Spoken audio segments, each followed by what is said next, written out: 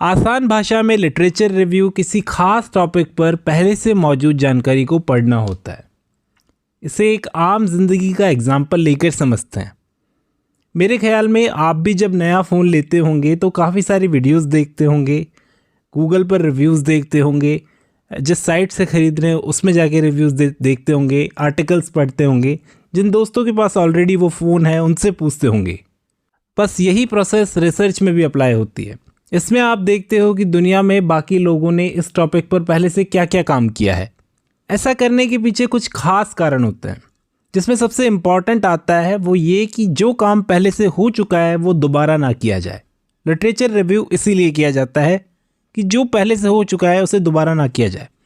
दूसरा ये कि आपको गैप मिले, कोई ऐसी चीज़ जिस पर बाकी लोगों का ध्यान नहीं गया, आपका गया। और तीसरी बहुत इंपॉर्टेंट चीज़ कि दूसरों से आइडियाज़ लेने के लिए कि लोगों ने अपना ये प्रोजेक्ट कैसे पूरा किया। अब कहानी यहीं ख़त्म नहीं होती, बल्कि इसका भी एक एडवांस लेवल होता है दोस्तों।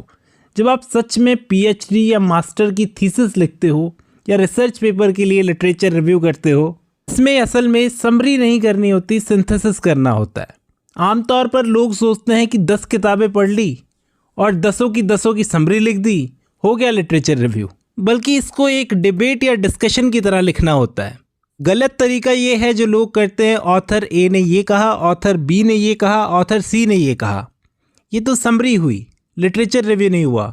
सही तरीका ये है कि ऑथर ए और बी का मानना ये है कि ये टेक्निक सबसे अच्छी है, ऑथर सी ने अपनी रिसर्च में साबित किया कि इस टेक्निक में कुछ कमियां हैं।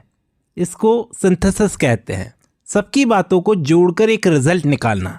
तो ध्यान रखना, सबसे इंपॉर्टेंट चीज़ मैंने आपको बताई कि ये समरी नहीं सिंथेसिस होती है, कि सबकी बातों को जोड़कर एक रिजल्ट निकालना। दूसरी इंपॉर्टेंट चीज़ है क्रिटिकल इवैल्यूएशन, कमियां निकालना। आपको पहले की गई रिसर्च पर आंख बंद करके भरोसा बिल्कुल नहीं करना है। एक अच्छे लिटरेचर रिव्यू में आपको बताना होता है कि पहले वाले रिसर्चर्स ने क्या क्या गलती की थी, उनसे क्या क्या छूट गया। जैसे पिछली रिसर्च सिर्फ छोटे टीयर 2 सिटीज़ पर हुई थी, टीयर 3 सिटीज़ पर हुई थी, लेकिन बड़े शहरों में, स्मार्ट सिटीज़ में, जिनकी पॉपुलेशन करोड़ों में है, यही रूल लागू होता है, ये बात अभी क्लियर नहीं है। तो ये चीज़ आपको बतानी है, कमियां निकालनी है, क्रिटिकली इवैल्यूएट करना है। तीसरा, अपना रिसर्च गैप ढूंढना सबसे प्राइम गोल होना चाहिए आपका। सारा लिटरेचर रिव्यू करने का एक ही मकसद होता है, अपना गैप ढूंढना। फिर आपको एक सवाल खड़ा करना है या बोलना है सबको, क्योंकि इस बारे में, इस गैप के बारे में किसी ने अब तक बात नहीं की, इसलिए मेरी रिसर्च इस खाली जगह, इस गैप को भरेगी।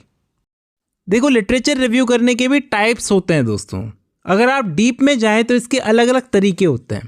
पहला होता है नैरेटिव रिव्यू, एक जनरल टॉपिक पर कहानी की तरह सब कुछ समराइज करना, जो सबसे आम तरीका होता है।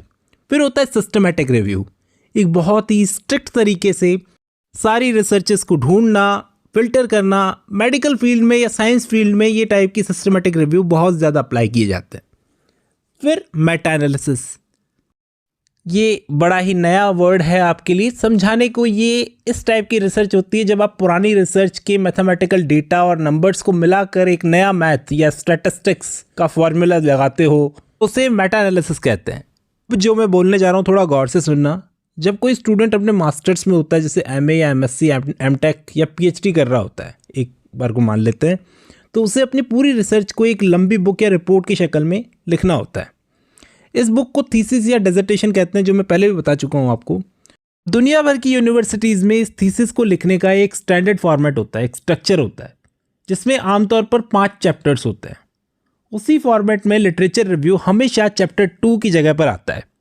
ध्यान देना मैंने क्या बोला, 5 चैप्टर का एक स्टैंडर्ड फॉर्मेट होता है दुनिया भर की सारी यूनिवर्सिटीज़ में। तो ये लिटरेचर रिव्यू हमेशा चैप्टर 2 की जगह पर आता है। जबकि बात करें चैप्टर 1 की, तो चैप्टर 1 में क्या आता है? इंट्रोडक्शन, परिचय। आप यहाँ बताते हैं कि आपका टॉपिक क्या है, आप किस प्रॉब्लम को सॉल्व करना चाहते हैं। दूसरे नंबर पे आता है लिटरेचर रिव्यू, पिछला काम जो आप बता रहे हैं पहले हो चुका है, वहाँ पर आपको गैप मिला है। आप सबको बताते हैं कि देखिए, इस टॉपिक पर पिछले 20 सालों में इन लोगों ने सबने काम किया है, पर इन सब में एक कमी, एक गैप रह गया जो मैं पूरी करूँगा। चैप्टर 3 में मेथडोलॉजी बताते हो, आप अपना तरीका बताते हो जो आप फॉलो करोगे। आप बताते हो कि इस कमी को पूरा करने के लिए आप खुद क्या तरीका अपनाओगे, जैसे सर्वे करोगे, लैब में एक्सपेरिमेंट करोगे या इंटरव्यू लोगे। फिर चैप्टर 4 में रिजल्ट, आपको क्या मिला, आपकी रिसर्च से क्या नया निकल कर आया का डेटा आप यहाँ पर दोगे, और चैप्टर 5 में कंक्लूजन, नतीजा, आखिर में आप सब कुछ समराइज करके एक रिसर्च दुनिया के सामने दोगे कि आपको इस रिसर्च से क्या फ़ायदा होगा दुनिया को। तो आप चैप्टर 2 को एक फाउंडेशन की तरह मान लो। चैप्टर 3 और 4 घर की दीवारें हैं, छत हैं, जो आपका ओरिजिनल काम है। लेकिन चैप्टर 2 लिटरेचर रिव्यू उस घर की नींव है, फाउंडेशन है। बिना नींव के घर गिर जाएगा। उसी तरह अगर आपने दूसरों का काम यानी लिटरेचर रिव्यू ठीक से नहीं पढ़ा तो आपकी अपनी रिसर्च भी फेल हो सकती है, क्योंकि एग्जामिनर कहेगा भाई आप जो खोज रहे हो वो तो 10 साल पहले ही खोजा जा चुका है, क्या आपने ठीक से किताबें नहीं पढ़ी। तो इसलिए लिटरेचर रिव्यू आपको आगे काम 3, 4, 5 जो चैप्टर होता है इसको मजबूत बेस देने के लिए काम में आता है। तो उम्मीद कर रहा हूँ आपको लिटरेचर रिव्यू की वैल्यू समझ में आई होगी। दोस्तों आज की इस वीडियो में बस इतना ही।